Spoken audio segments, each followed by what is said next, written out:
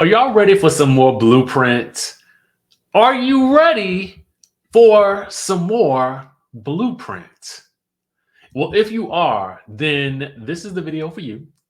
And you just might be in luck. Today just might be your lucky day, okay?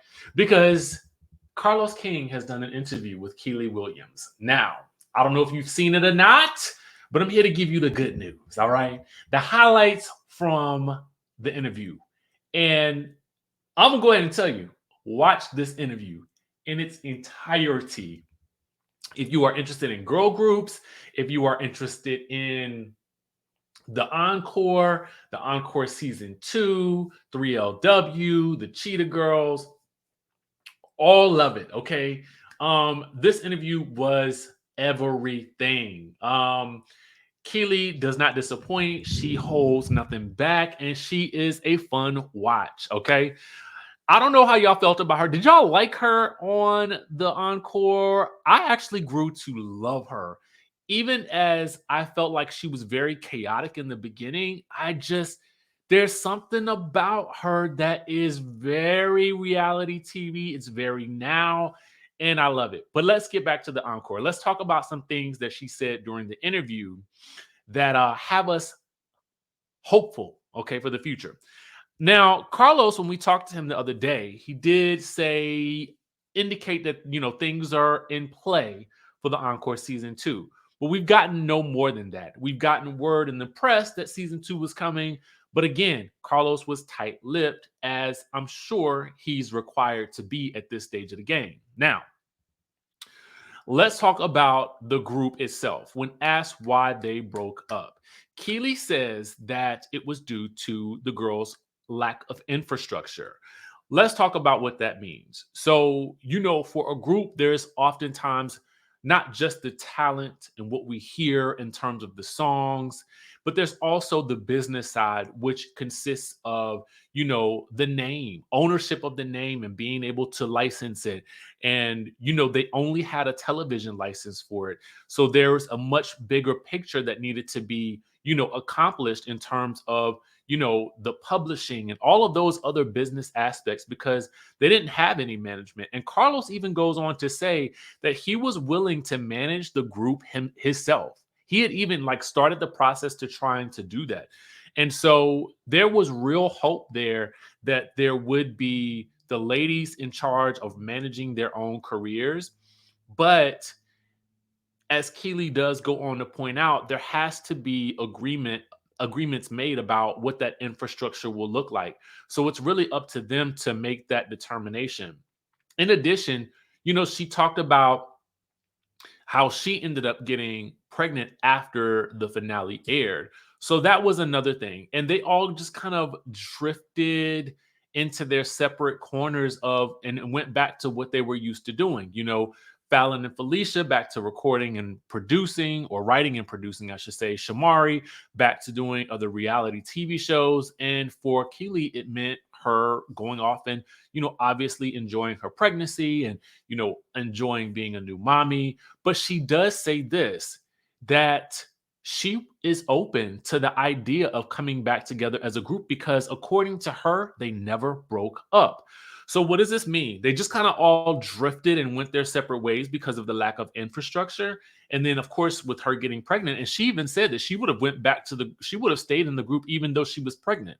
So there is a willingness there on Keely's part, because she also stated that this was her favorite girl group that she's ever been a part of. Coming from someone who's been a part of 3LW, the Cheetah Girls, and now Bluprint, for her to say that, that's a big statement. And I think that what we ended up with the four of them was actually a really pretty cohesive group, because I still bumps that album to this day. Okay. So she talks about there being the opportunity for, them to come back and continue to do their thing, because as you guys may recall, Keely is quite the stage performer. And she talks about how she may have not been the singing singer, but she does provide tone, and she does provide and add to that dynamic performance element that is needed for groups to survive and become truly, truly iconic. Okay. And you guys could see it in the performance at the finale. She did her thing. She talked about how they had to go in and pay, pretty much for their own wardrobe. She does kind of indicate that, Shamari ain't paying for nothing. According to her, it was mostly her, Fallon, and Felicia. She didn't say Fallon Shamari didn't pay for nothing, but that was what I took from that. Okay.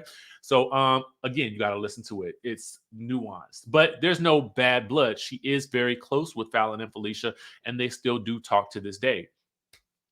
For me, I would love to see this group get back together because I do think that they could make some serious noise in this industry. And she talks about what a season 2 would look like. So, because Carlos very pointedly asked her, what would this look like? Now, let's talk about it for a second. Let's really, really talk about it. We know that there's a season 2 coming. Why would Carlos King be talking to her about it? Okay, about what she thinks a season 2 would look like at this point in time when season 2 is set to go. Unless maybe we are actually going to see Bluprint in this new incarnation and following their lives, which is what she suggested. So KEILY suggested that we continue to see the girls on their journey as they continue to live their actual real lives, recording, producing, being moms, doing the things that they do, but then also still making the magic of the group happen. And how does that work? Because at this point in time, they're all grown women with families or boyfriends or, loved ones and careers that extend beyond what the group is, but she's willing to do it. Okay. That's the key for me that makes this whole thing exciting. Okay. So there is that bit of good news. My suspicion is that we may actually see some more of Bluprint. I know that I would love to see it. All right. So she talked a bit about, how the group came together, and the girls, sort of parting ways. The girls that left, like, Nivea and the 702 sisters, and the sort of how Aubrey ended up leaving. She said that she and Aubrey were actually cool before they got on the show, but one of the things she felt like with Aubrey was, she said something to the effect of, and I'm gonna have to put the alleged badge up here because again, this is according to KEILY, and I don't want the people coming after me because y'all know how the people be. But she basically said that she alleges that Aubrey told her, well, it's the pandemic and nobody's really making any money right now. So let's go on this show and get this check and make this money. So she also says that she felt like she could sense who Aubrey was and what Aubrey was trying to do from the very jump. And she basically said that she would she was trying her hardest to sit back and let Aubrey do whatever she wanted, whatever Aubrey wanted to do, and that Aubrey would reveal her true colors in the end. She said that Aubrey came in with this idea that she wanted the group to be like some type of variant of Danity Kane. And that's what her visuals provided on her vision board and all that kind of stuff like that. And she was like, that's not this group because you're not taking into account what each of these girls bring to the table. How are you going to make an Irish or, her sister fit into this mold of Danity Kane? It just doesn't work. It isolates people. So she said she wasn't surprised that Aubrey did the things that she did. Next, she talked about Pam. Basically, the impression I got from this interview was that Pam really came into this with an idea of what she wanted to do. And it sounded to me as though it seemed like Pam wanted to come in, make a name, get back into the spotlight, get some publishing. This is again my assessment of what she's saying, because she indicates that Pam had this idea that she would spend so much time in the recording studio because there's this old Nashville rule about how anybody in that recording room in the room while a song is being written, gets credit on the song because everybody in the room adds to the temperament of the room, like the vibe of the room, the mood of the room, which influences the words and the music that comes out, right? But Kiely says she doesn't believe in that. So when it came down time to publishing, she wanted to really fight for the publishing for the sisters, because she felt like for Pam to just want to be sitting there in the space, taking up space while they were, allegedly doing all the writing, which I do believe, we know that they did a lot of the writing. So we know that to be true. But she makes it seem like Pam was just kind of there, wanting to get credits. And then when it came down to the publishing for the group, for them to actually be a group and trying to set up infrastructure, one of the things that Kiely was tasked with was getting all of the accounting and the behind some of the behind the scenes business and publishing stuff, right? And that Pam really wasn't here for a lot of what Kiely had put down, and basically just kind of dismissed it. And it was never really the suspicion that I got, that I actually felt in my spirit, was that Pam really just wanted to do her gospel thing and kind of keep it pushing. You know what I'm saying? That's kind of how it felt to me, like how things shook out. But y'all let me know what y'all think. Does Pam have anything out now at this point in time? I don't know. I haven't looked on my iTunes, but that would be interesting to see. I do know that she did come out with a single right after the thing, I felt like, but I don't know what happened to that.